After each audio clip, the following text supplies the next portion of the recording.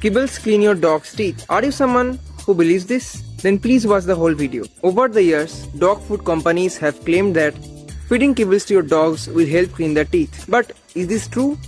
Or just a marketing gimmick? Here is the truth. Kibbles are crunchy in texture, but the crunch is not enough to clean a dog's teeth. In fact, most typical kibbles are loaded with starches.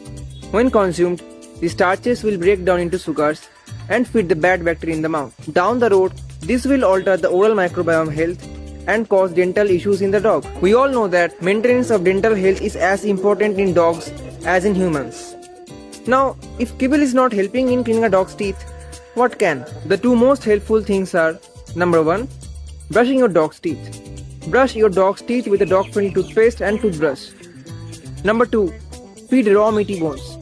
Raw meaty bones is the most natural way to clean your dog's teeth. Don't fall for marketing gimmicks. Take real measures to keep your dog's teeth clean and healthy. Follow the page for more pet nutrition talks.